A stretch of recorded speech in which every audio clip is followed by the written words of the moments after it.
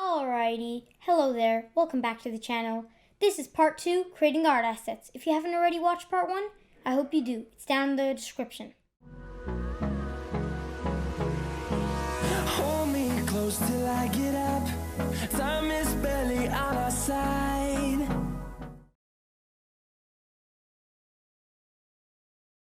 Alrighty, so, if you'd watched part 1, you'd know I did all this art. Except there's one minor thing that I forgot. This. So, between the grass connection and the road, there's actually a separate tile, if I can show you, right here, as you can see. But last time, I actually just forgot to put them all in total. So, right now I'm going to do a small little time lapse just to show you.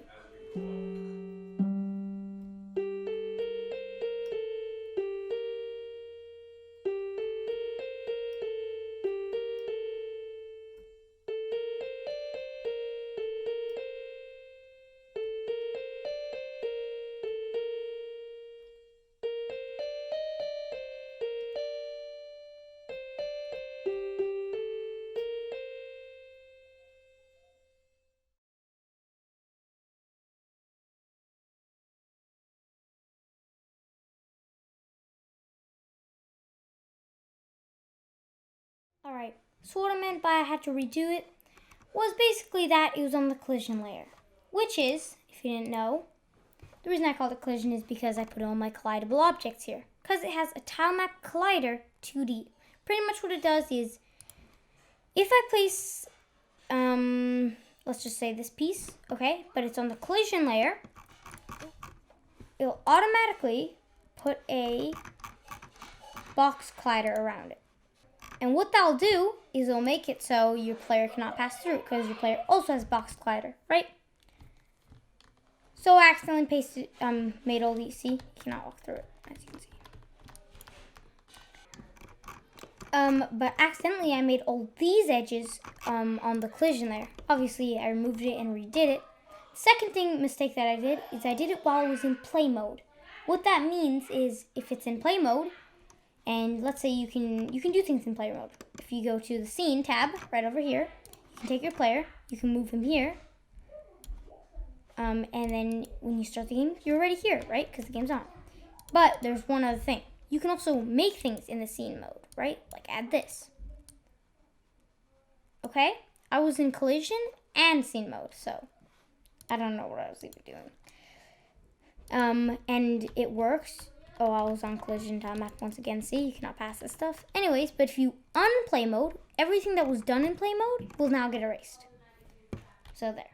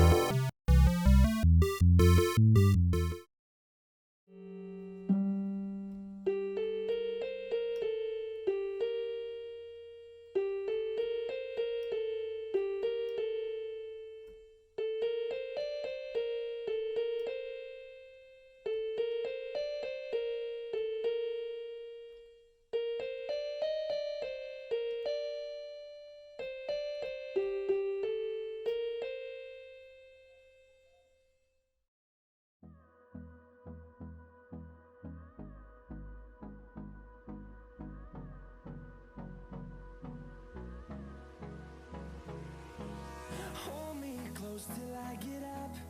Time is barely on our side. I don't wanna waste what's left. The storms we chase are leading us, and love is all we'll ever trust. Yeah, no, I don't wanna waste what's left. And on we'll go, through the wastelands, through the highways, till my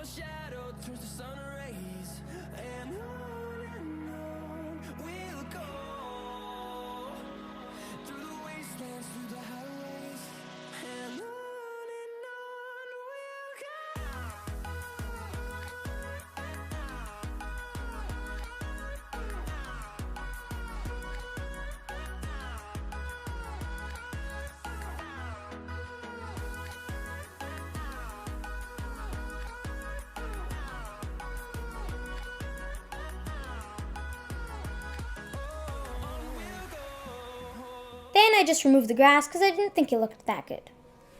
Then I just moved the shadow to the other layer, so then I could have one without the shadow and one with the shadow. The reason why is because the shadow is actually a dark green. So if you put it over a cave area or a cave biome, then if it had the green shadow, it'd look really weird. So I could just create another shadow and then mix them up, if you get what I'm saying. Alright, so here I just placed them in and then started taking the colliders and the scripts from the first sign into my own sign.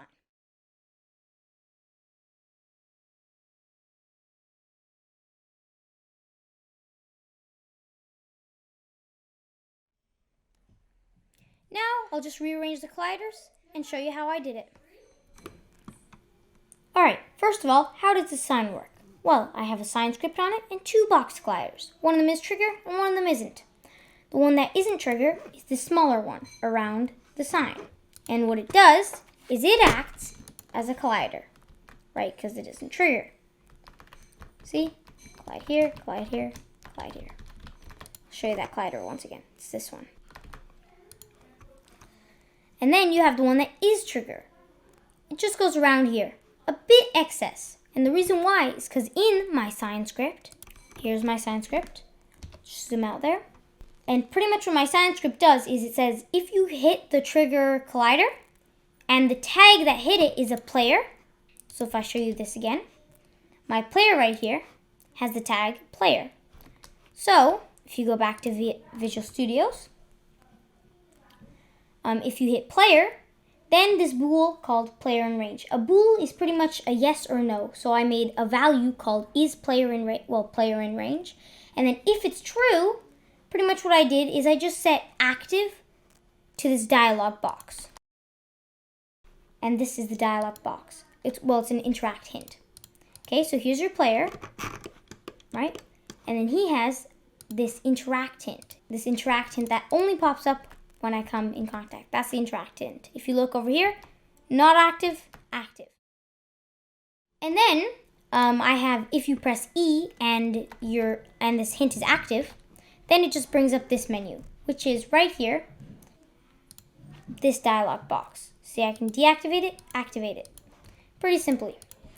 And yeah, that's pretty much how my sign works in a nutshell. Additionally, I also added this phase effect to my game. Like this.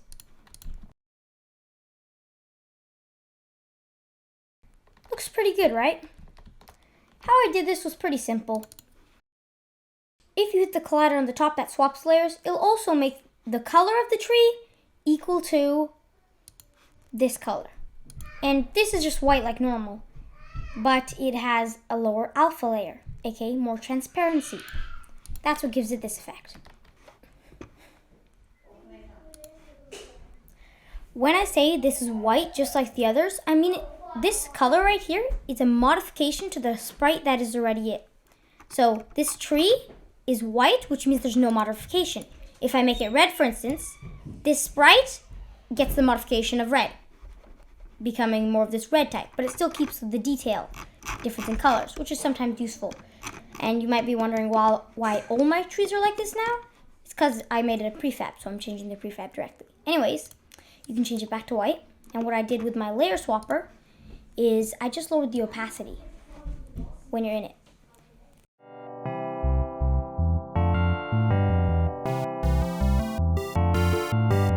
Oh yeah, real quick on a side note, I just quickly made it so that the bottom doesn't go see-through as well, because you can't walk through the bottom, right?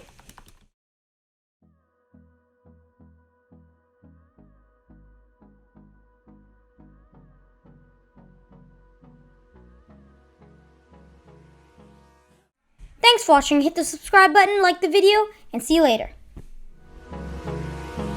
Hold me close till I get up. Time is barely on our side. I don't wanna waste what's left. The storms we chase are leading us.